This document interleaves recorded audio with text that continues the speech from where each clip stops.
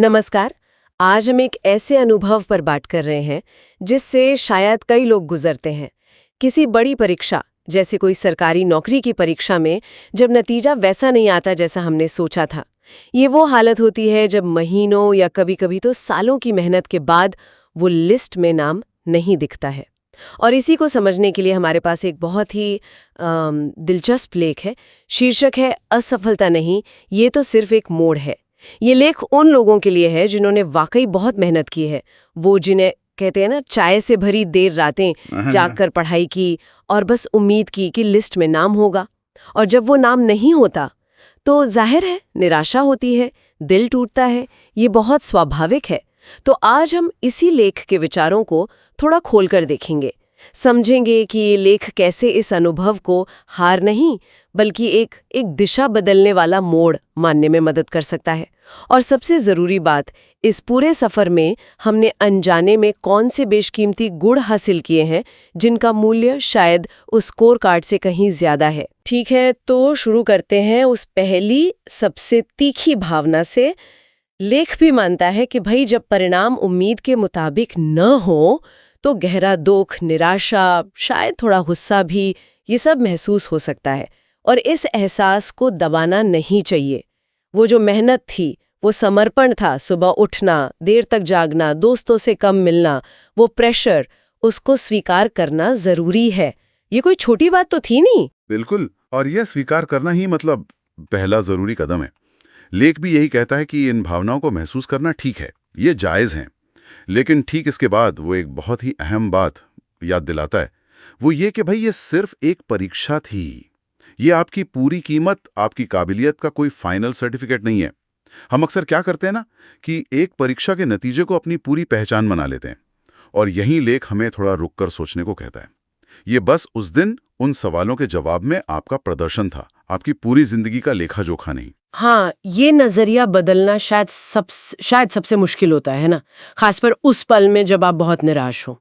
लेकिन फिर लेख एक बहुत पॉजिटिव और शायद सबसे अहम विचार पर आता है कि जो मेहनत हुई वो बेकार नहीं गई। ये सोचना बहुत आसान है कि अरे यार पास नहीं हुए तो सब बेकार हो गया, पर क्या सच में ऐसा है? यहीं पर मतलब लेख का जो केंद्रीय संदेश है वो सामने आता है, और ये वाकई सोचने लायक बात है। लेख कहता है कि नतीजा चाहे कुछ भी रहा हो, वो तैयारी का सफर, वो अपने आप में एक उपलब्धि है।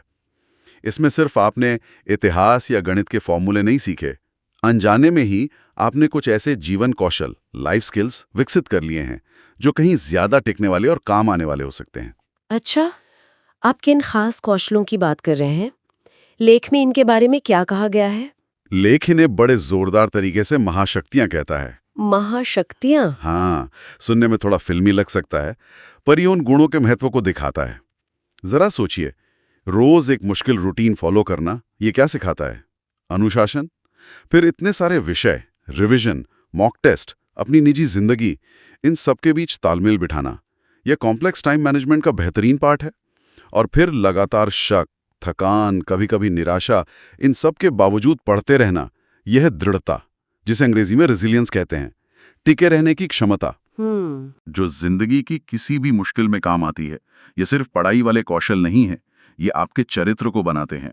महाशक्तियां, ये शब्द वाकई दमदार है। मतलब ये कि भले ही स्कोर कार्ड पर ये नंबर न दिखें, ये असल जिंदगी में काम आने वाली ताकतें हैं। ये सिर्फ किताबी ज्ञान से कहीं आगे की बात है। बिल्कुल, और यही इन कौशलों की मतलब खूबी है। ये ट्रांसफरेबल स्किल्स हैं, ये किसी एक दायरे तक बंधे नहीं हैं। आज के ज़माने में जहाँ करियर के रास्ते बड़े बदलते रहते हैं, वहाँ अनुशासन, टाइम मैनेजमेंट, प्रेशर झेलने की आदत और वो दृढ़ता, ये महाशक्तियाँ किसी भी फील्ड में कामयाबी की चाबी बन सकती हैं।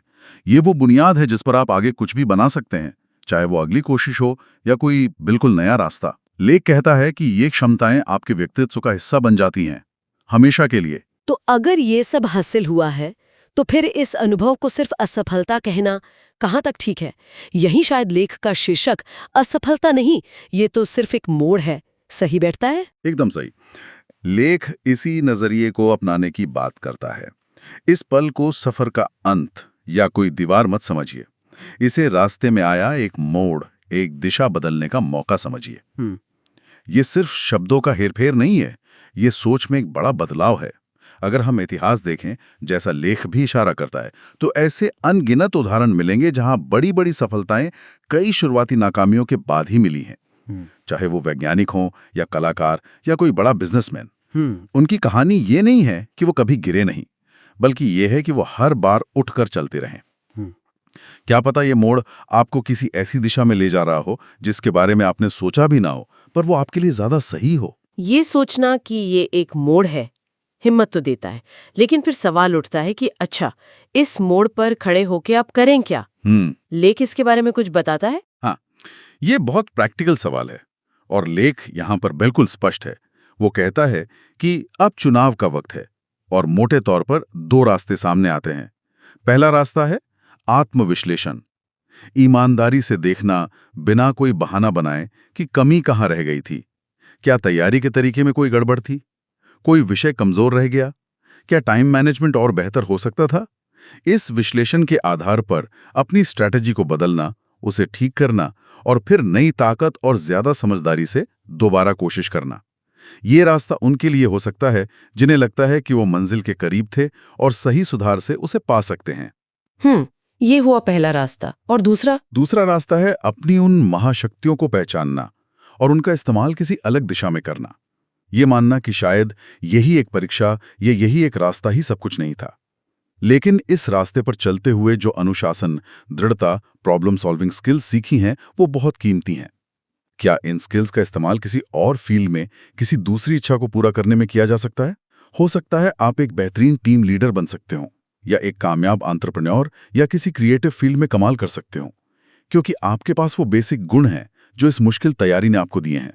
अच्छा, लेख कहता है कि ये रास्ता बदलना हार नहीं है, बल्कि अपनी ताकत का एक नया और सार्थक इस्तेमाल खोजना है। पर ये चुनना कि दोबारा कोशिश करें या रास्ता बदलें, ये तो अपने आप में बहुत मुश्किल होगा। कैसे तय करें? क्या लेख इसमें कोई मदद करता है कि कौन सा रास्ता चुने? कहता है जैसे आत्मविश्लेषण और अपनी हासिल की हुई शक्तियों को पहचानना, वही इस फैसले का आधार बन सकती हैं। अगर विश्लेषण के बाद लगता है कि हाँ, कमियां सुधारी जा सकती हैं और उस लक्ष्य के लिए जुनून अभी भी है, तो शायद पहला रास्ता सही है। लेकिन अगर लगता कि नहीं, शायद इस रास्ते में अब उतनी दिलचस्पी नहीं रही, या जो स्किल सीखी हैं वो कहीं और ज्यादा चमक सकती हैं, तो फिर दूसरा रास्ता ज्यादा सही हो सकता है।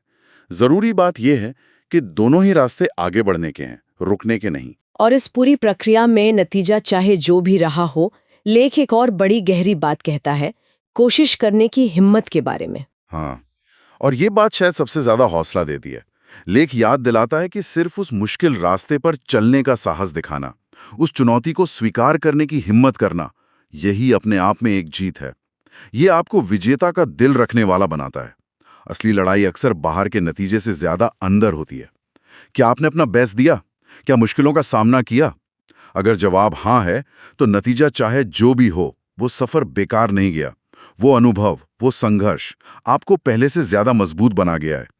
इसका मतलब ये हुआ कि हार या जीत सिर्फ आखिरी परिणाम से तय नहीं होती, बल्कि उस पूरी यात्रा से, उस कोशिश से भी तय होती है। बिल्कुल।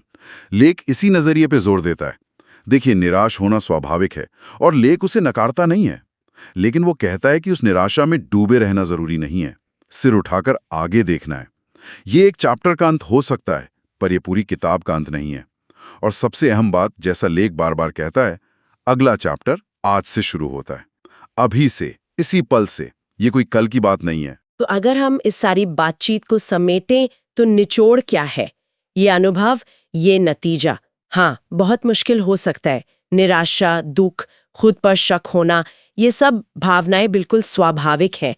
लेकिन जैसा ये लेख हमें समझा रहा है, इसे एक फुल स्टॉप समझने की गलती नहीं करनी चाहिए। ये जिंदगी के सफर में बस एक कॉमा है या एक जरूरी मोड़ है। और इस मोड़ तक पहुंचने में जो मिला है, वो शायद उस परिणाम से भी ज्यादा कीमती है। वो अनुशासन, वो दृढ़ता, वो मुश्किल टाइम को मैनेज करने की कला, वो प्रेशर में शांत रहने का हुनर, ये वो महाशक्तियां हैं जो अब आपकी अपनी संपत्ति हैं, आपका हिस्सा हैं। ये भविष्य में आप जो भी रास्ता चुने, हर कदम पर आपका साथ देंगी। और इसीलिए, जैसा लेख कहता है, अगला अध्याय आज से शुरू होता है और आप इस नए अध्याय के लिए पहले से कहीं बेहतर तैयार हैं। और जाते जाते एक विचार मैं सभी सुनने वालों के लिए छोड़ना चाहूंगा, जिस पर वो सोच सकते हैं। लेख में जिन महाशक्तियों का जिक्र है, दृढ़ता, अनुशासन, टाइम मैनेजमेंट, क्या इनका महत्व सिर्फ परीक्षा या करियर तक ही है?